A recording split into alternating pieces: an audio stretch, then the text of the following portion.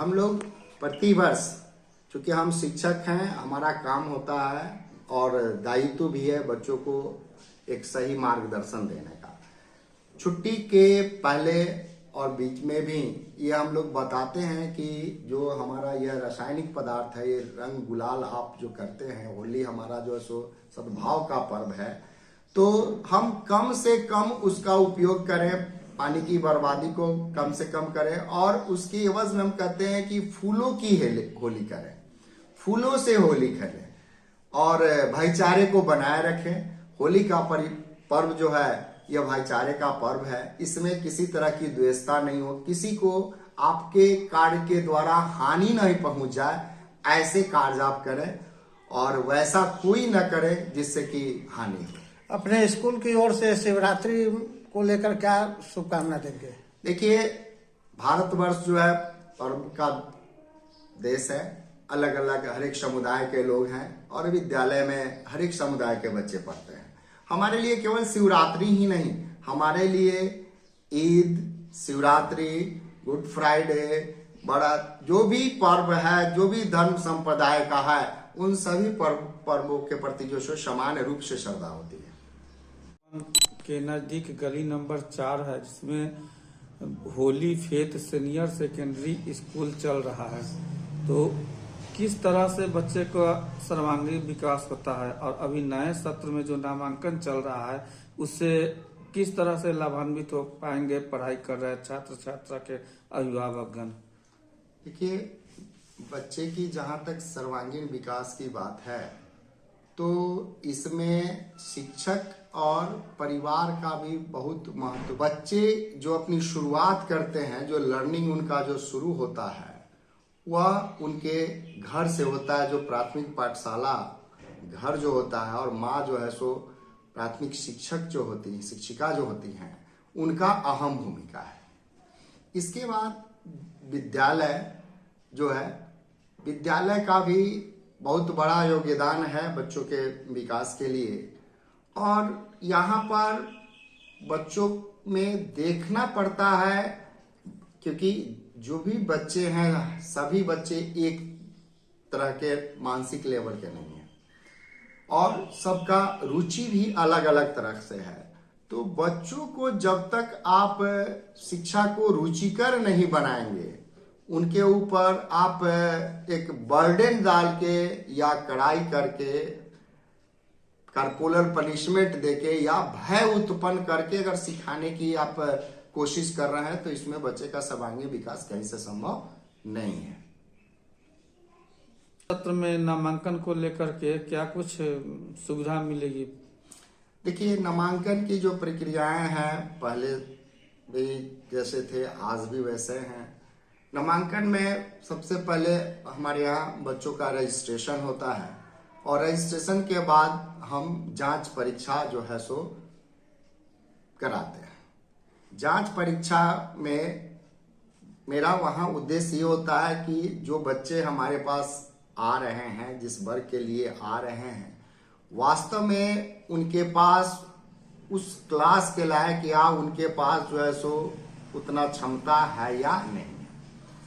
एक वहाँ पर सबसे बड़ी समस्या आज के समय में अभी जो आ रहा है प्राइवेट स्कूलों में और यहाँ जो हम देख रहे हैं कि बच्चे उस लायक नहीं है, लेकिन अभिभावक का दबाव, ये जो छोटे स्कूल्स हैं उनके संचालकों पर इतना पड़ता है कि नहीं, इनको जो है सो 5वीं में ही लेना ही है, जबकि वे जांच परीक्षा में 5वीं क्लास के लिए नहीं है, 6ठे क्लास के लिए नहीं है, फिर भी दबाव। और वैसे बच्चों का नामांकन लेने के बाद विद्यालय के परेशानियां उत्पन्न होती है उनके डेवलप करने में। शिक्षक भी परेशान रहते हैं और जो अभिभावक हैं उनका बाद में जो है सो यह हमेशा दोषारोपण होता है कि आप एक गुणवत्तापूर्वक सच्ची सही शिक्षा आप नहीं दे रहे हैं, हमारे जो पैसे आपके यहाँ जो खर्च हो रहे हैं उसका सही सदुपयोग नहीं हो रहा है। जबकि वास्तव स्थिति में जांच परीक्षा हम लोग उसी के लिए लेते हैं और प्रयास भी करते हैं कि उसी के अकॉर्डिंगली हम जो है सो उसका एडमिशन लें। लेकिन कुछ सच्चाइयां हैं जो अभिभावक के दबाव में आना पड़ता है, विद्यालय को चलाने के लिए, क्योंकि हम लोगों के पास जो विद्यालय को संचालित करने के लिए जो अर्थ चाहिए वो तो पेरेंट्स से ही मिलेंगे, तो कभी कभी इस पर समझौता करना पड़ता है, लेकिन अंदर की अंतरात्मा इस काम को करने के लिए नहीं कहती है। लेकिन दबाव में आकर जो बच्चे नहीं हैं और दबाव में आकर हम लोगों को नामांकन लेना पड़ता है, और उसके लिए हम लोग एक अलग तरह से प्रयास करते हैं स्कूल के बाद उन बच्चों को फिर से फीडअप देना, और उसमें हम लोग को काफी मेहनत करना पड़ता है, और तब जाके वे बच्चे जो है सो अपने लाइन तक पकड़ते हैं, जिसमें परेशानियां बहुत होती है और हमेशा गार्जियन का को भाजन हम लोग बने हुए रहते हैं। उन अभिभावक से क्या अपील करेंगे? देखिए, अब सबसे पहले तो अभिभावक से यह अपील है कि अपने बच्चे को खुद जांचें और परखें।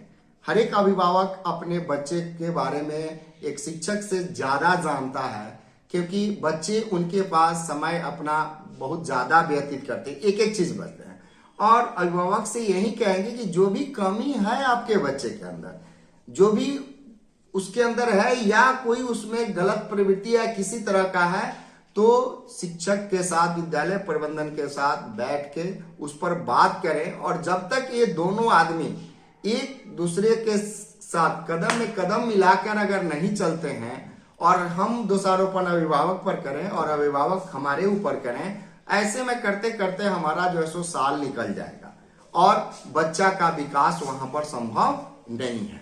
इसलिए हम दोनों आदमी को जो है सो उसके लिए काम करना होगा। तो उसके लेकर के जैसे और कुछ अन्य विद्यालय हैं जिनका ये प्रावधान रहता है कि संडे को संडे गार्जियन के साथ बैठक करते हैं, जिससे बहुत सारी समस्या का निजात निकलता है आपसी बातचीत से, तो क्या उस तरह का तैयारी जो है नए सत्र से अपने विद्यालय की ओर से भी की जाएगी क्या? ये हमारे यहाँ पहले से भी है। पेरेंट टीचर्स मीटिंग जो है समय समय पर आयोजित होते हैं, और हम अपने यहाँ 6 एग्जाम कंडक्ट करते हैं पूरे साल में। फर्स्ट टर्म के पहले हम 2 पीरियोडिक टेस्ट लेते हैं, और उसमें हर एक पीरियोडिक टेस्ट और टर्मिनल एग्जामिनेशन के बाद पेरेंट टीचर्स की मीटिंग होती है। बच्चों की जो कापियां हैं उनको हम लोग जो है सो जांच करके और पेरेंट्स को भी दे देते हैं, ताकि उसको वे जाके देखें घर पर कि हमारे बच्चा कहाँ पर किस जगह पर उसमें कमी हो रही है, कहाँ पर पिछड़ रहा है, और उसके बाद फिर हम लोग जो है सो एक दूसरे के साथ जो है सो बैठ के बात कर पूरी कोशिश करते हैं कि हम जो है सो उस काम को पूरा कर ले, हम अपने बच्चे में 100% उस चीज को दे दें।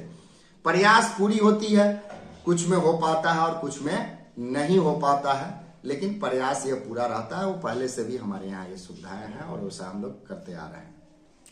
देखा जा रहा है कि काफी समय से आप शिक्षा जगत में भी हैं और काफी आपका ये स्कूल पुराना है, तो किस तरह से बच्चों को माने लाभ पहुंचाते हैं पढ़ाई लिखाई को देते हुए?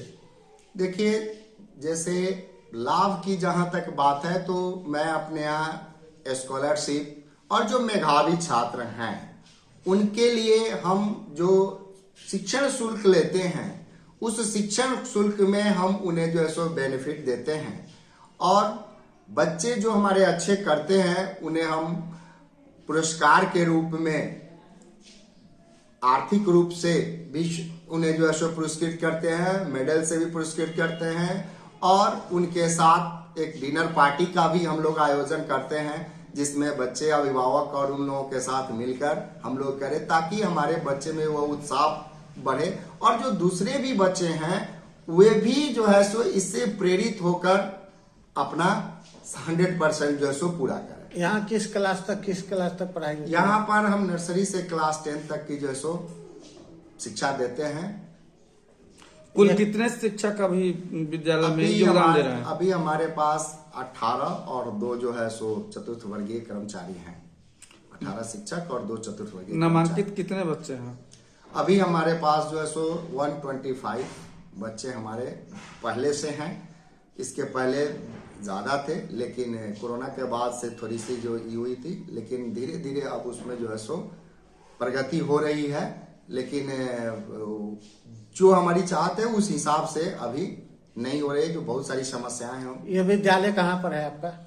यह विद्यालय हमारा ब्रह्मपुरा में संजय सिनेमा के नजदीक मंडप विवाह भवन के सामने वाली गली, नाजिर गली बोलती है, रोड नंबर 4, इसी रोड नंबर 4 में अवस्थित है। क्या परिचय हुआ? क्या शुभ नाम हुआ? मेरा नाम अभय कुमार पांडे हुआ। मैं डायरेक्टर निदेशक कम प्रधानाध्यापक भी यहाँ पर हूँ, और विद्यालय प्रबंधन के कार्य को देखते हुए मेरी सबसे ज़्यादा रुचि होती है कि मैं अपने से भी क्लास लेता हूँ, बच्चों को फिटअप करता हूँ। ऑनलाइन भी नामांकन की सुविधा है अपने यहाँ? नहीं, मेरे यहाँ जो भी है सो ऑफलाइन है, ऑनलाइन नामांकन की सुविधा नहीं है। ऑनलाइन हम टीचिंग व्यवस्था को देते हैं। क्या? जो जैसे कि कोई बच्चे जैसे एब्सेंट हैं तो हर एक क्लास का ग्रुप है, और उस ग्रुप के माध्यम से हम जो प्रतिदिन का जो शिक्षण कार्य जो होता है उसका हम वीडियो उसमें अपलोड कर देते हैं, और जो होमवर्क होता है, गृह कार्य होता है, उसको भी हम अपलोड कर देते हैं कि जो बच्चे हमारे नहीं आए वह उसका लाभ ले पाए। 9835231750 इस पर संपर्क कर सकते हैं। तो जो भी सुविधा ऑनलाइन आपके द्वारा मिलती है वो मिल पाए? वो सारी सुविधाएं जो है सो ये विद्यालय का जो है सो कॉन्टेक्ट नंबर है, और इसी पर जो है सो विद्यालय का जितने भी ऑनलाइन सारे सब चीज जो हैं वो सारा चीज इसी नंबर